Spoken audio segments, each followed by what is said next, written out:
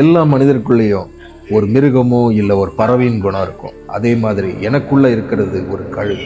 ஒரு கழுகுனா நம்ம என்ன நினைப்போம்? கூர்மையான பார்வை, உயரம் வரைக்கும் பறக்கும், பறவைகளின் ராஜான்னு கூட சொல்லுவோம். ஆனா அதே கழுகு வெறும் 70 வயசு வரைக்கும் தான் வாழும் அப்படின்னு சொன்னா நீங்க நம்புவீங்களா? அப்படி அந்த கழுகு தன்னோட 30 வயசு தாண்டினோடனே தான் எதிர்பார்த்தது மாதிரி உடல் அமையாத ஒரே காரணத்தினால ரொம்ப சோர்ந்து போயிருது. அதே மாதிரி தான் மனிதர்களும் ஒவ்வொரு கட்டத்துல வந்துட்டு சோர்ந்து போயிடுறாங்க. இந்த மாதிரி நேரத்துல மனுஷங்க என்ன பண்ணுவாங்கன்னு தெரியாது. ஆனா தன்னோட வலியும் வேதனையும் யாரும் பாத்திரக்கூடாதுன்ற ஒரே காரணத்தினால அந்த கழுகு ஒரு மலையின் உச்சியின் மேல போய் உட்காந்துரும். நீங்க எல்லாம் நினைப்பீங்க இந்த கழுகு தன்னோட வாழ்க்கை முடிச்சுக்கலான்னு சொல்லிட்டு மலையின் உச்சி மேல போய் உட்கார்ந்துருக்கு அப்படின்னு சொல்லிட்டு. அது கிடையாது. தன்னோட கால் நகங்களை அடிச்சு உடைச்சு தன்னோட மூக்கை வந்துட்டு தேய்ச்சு தன்னோட உடல்ல இருக்கக்கூடிய ஒவ்வொரு ரெக்கையா பிச்சு வலிய பொறுத்து இந்த உலகத்தை ஒரு பார்வை பார்க்கும் பாருங்க.